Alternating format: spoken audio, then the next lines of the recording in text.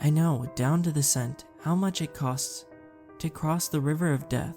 Charon doesn't do discounts. He's an ass like that. I wasn't buried with money, not that uncommon these days. Charon understands that, and he's got to make a living like everyone else, so he adapted. He changed it up. He still charges the same, but now he takes his tribute in jewelry, fine clothes, dress shoes, all the accoutrements of luxury that are given to the respected dead. I was buried in a shallow grave by a man I don't remember the name of. He told me, but I've forgotten it over the last century. I do remember that he was crying. When he killed me, regret maybe. I don't care for his regret. It's got a bitter taste to it. He buried me naked, no bits and baubles to pay for my passage over the river. I was not of the respected dead. I was nobody, and nobody remembered me. When I woke up in the afterlife, I still had the open wounds of his knife, although they didn't hurt or bleed. I spent most of my first days trapped here, huddled into myself, shaking with fear and hiding in denial. There are others, abandoned souls like me, sometimes, but they always leave quickly. There was the Nigerian woman who died of starvation, stuck in a cave, but a couple days after she arrived, she got smart and traded her beautiful hair for a trip across. My hair is dull and unkept, not nearly valuable enough. Then a man with eyes the color of sea glass, who tried to swim across by himself.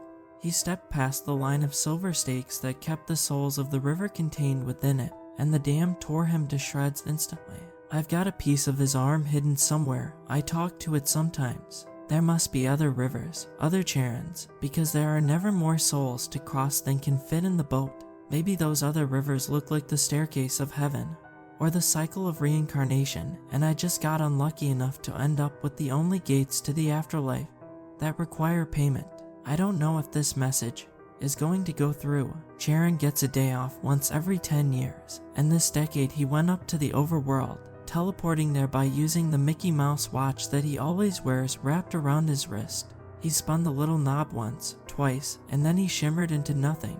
He brought back a computer for me and set up a Wi-Fi router. It's sitting huddled in the black sand, out of place, surrounded by the wasteland of rocks and dead trees of the underworld. On that same day, he got strings of little pink LEDs and wrapped them around his dock. It's always cast in fading twilight here, and the lights shone like a beacon. He told me that he was sorry he couldn't do anything else to help me. He was the Ferryman, and he was bound by his nature. I think it might be nice to share my stories, though it's taken me hours to figure out how all the buttons work. It's strange how quickly technology advances. Charon certainly advanced with it. He's got a smartphone now. He plays Geometry Dash in the mindless minutes or decades spent waiting for more souls to ferry. There was a chunk of time when he wore things he called Google Glasses. Those make you look ugly, I told him. You just don't understand fashion, he responded. I tried to steal Charon's boat once upon a time. I waited until he was distracted with something he called a Game Boy. Then I snuck up behind him and struck him in the head with a branch that I'd snapped from one of the shriveled trees that lined the banks. He'd gone down, easy as anything, immortal but just as fragile as my skin was when it parted under my murderer's knife.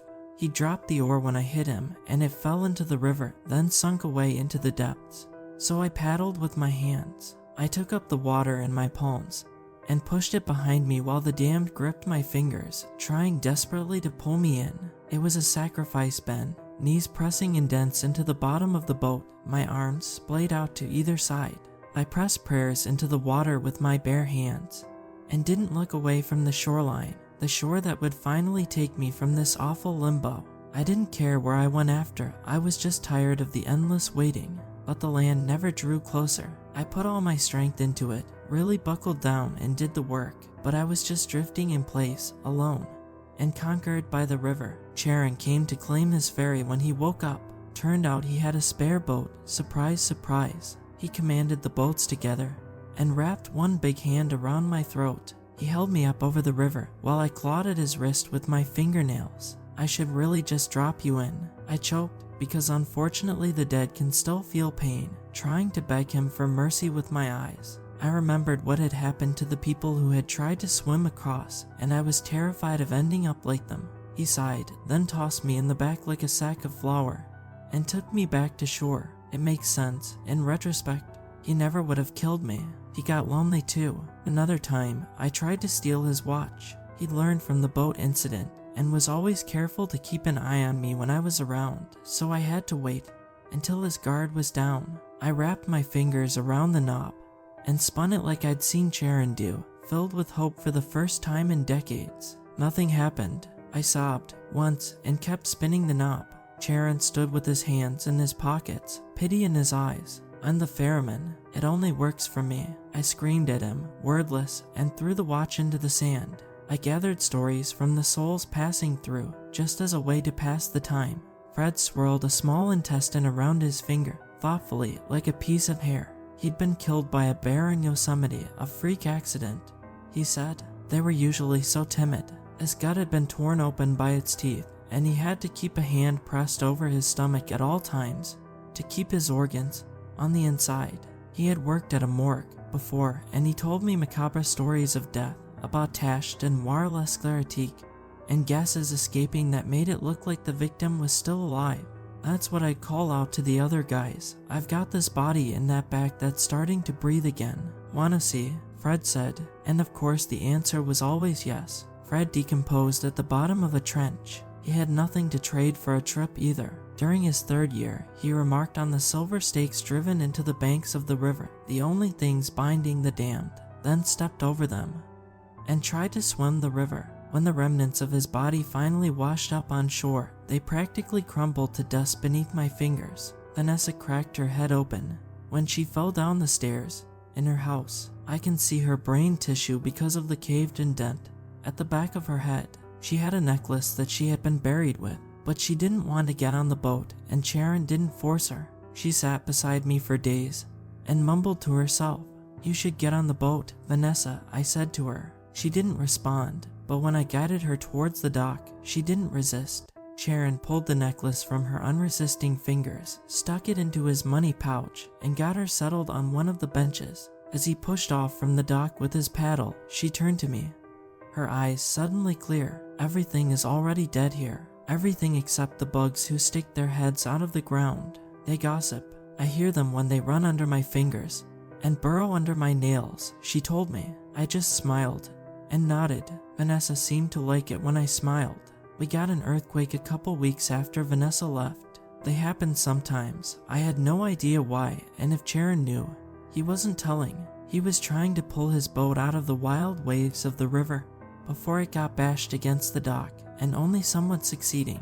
Despite most of my attention being occupied by laughing at him, my eyes were drawn to something shifting down the river. I took a moment to process what I was seeing, and then I was screaming for Charon. A crack was forming in the ground, running along the bank, and separating out a piece of land from the rest. It looked like the river was taking a handful of ground and pulling it into the water. "The stakes," Charon whispered, suddenly right beside me. With a jolt of fear, I realized he was right. There was a glint of silver just above the waterline as the stakes fell into the river along with the ground that they were attached to. The stakes fell into the river with a sound like a fire starting. There was a pause, a moment of calm, and then the damned, constantly testing the edges of their prison, found the crack in the wall. They swarmed up onto the bank, dripping wet, and climbing over each other in their eagerness to get to me. "And Charon, run," he yelled, pushing me behind him. He twisted the knob of his watch half a turn and raised his hands in front of him. The air glimmered with red, and then the advancing wave of damned hit an invisible wall. They screamed as one, raking their claws along the barrier. Charon was sweating in seconds, his hands trembling. I ran for the dock, where I knew Charon kept emergency stakes. I fell to my knees in the sand beside his tool chest and gathered up a handful as well as a hammer. When I got to my feet, I could see that his shield was failing.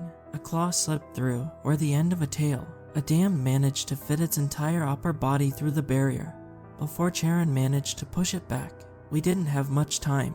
He saw me coming, the silver in my hand, and nodded in grim understanding. He turned the knob another degree and took a step forward, pushing the shield and the damned with him. I stayed beside him, holding onto his arm.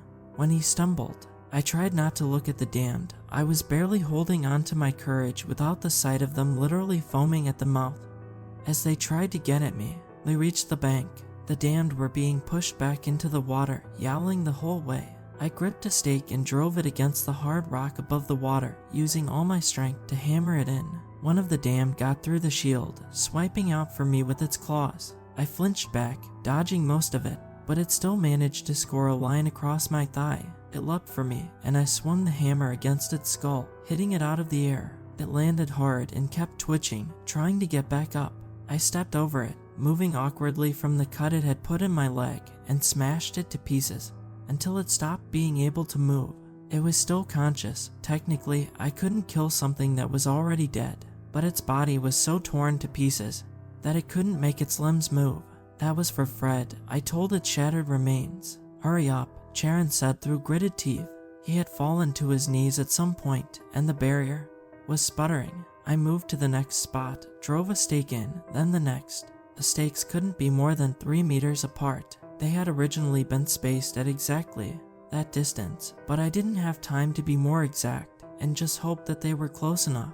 With one stake left, Charon's barrier fell, and he slumped to the ground. 2 damned climbed back out of the river before I could get the stake in place. I was holding Silver, and had bits of their defeated companion in my hair, so they ignored me completely, and went for the easier prey. Charon, he could barely keep his eyes open, but he made a slicing motion with 2 fingers, laboriously slow, and one of the damned collapsed with its head separated from its body. The other damned, running inhumanly fast, blurred right over the viscera now staining the sand, and tore Charon's throat open with its claws. If that had happened to me, I would probably have been fine. It would have hurt like hell, but I would still exist. I didn't need my blood, or even my skin. It was just a container to house my soul. Charon wasn't like me. He was the Ferryman, sure, but he also went back above ground once a decade on his holiday, and was technically still a living mortal himself. He could be permanently hurt, and he could die. At least it was quick. He probably didn't suffer. The damned sunk its teeth into his chest, shaking him like a dog with a favorite toy. I limped towards it, tears in my eyes, and my hammer thumping against my leg with every step. The damned eyed me and my hammer apprehensively, huddling over Charon's body with its teeth still stuck into him. Charon's wrist, splayed out on the sand behind the damned, started to glow. Squinting, I could see that the light was coming from the watch. On instinct, I held out my hand, and the watch quivered in place, then flew past the damned, straight at me. It thumped against my forehead, leaving a welt, and fell into my hand. The damned growled at me, dragging Charon's body with it as it retreated. I strapped on the watch, and there was a burst of light, a sense of warmth. This time, when I turned the knob, the results were explosive. The damned burst into flames, and its squealing and helpless squirms did nothing but entice the fire faster. After, when Charon's corpse had been covered until I figured out what to do with them, and I had double and triple checked that the stakes would hold, I realized something. The ferryman was dead. I had the watch. There was nothing stopping me from rowing across the river or even teleporting to the surface and trying to find my way back into the living. I started a fire. While I thought about it, using the branches of the dead trees and lighting it with the last smoldering ashes of the dam that had killed Charon. By the time the fire had burned down, I had my answer. I gathered Charon's body up in my arms and turned the knob. I hadn't seen the sun in so long. It was as beautiful as I remembered. It took a little bit of tinkering, but eventually I figured out the controls of the watch. I laid my hand over Charon's eyes, and he crumbled into dust. The dust was blown away in the wind. Then I went back to the underworld. The Ferryman was dead. I had the watch. Charon was bound by tradition, by the stories that held him rigidly in place as the stern purveyor, who only allowed paying customers. People expected him to ask for payment, and belief is a powerful thing in the underworld. But I was completely unimportant, a true nobody. There was nothing stopping me from taking anyone across the river who wanted to go. I could make sure that no one that came to my afterlife was ever left alone on the banks again.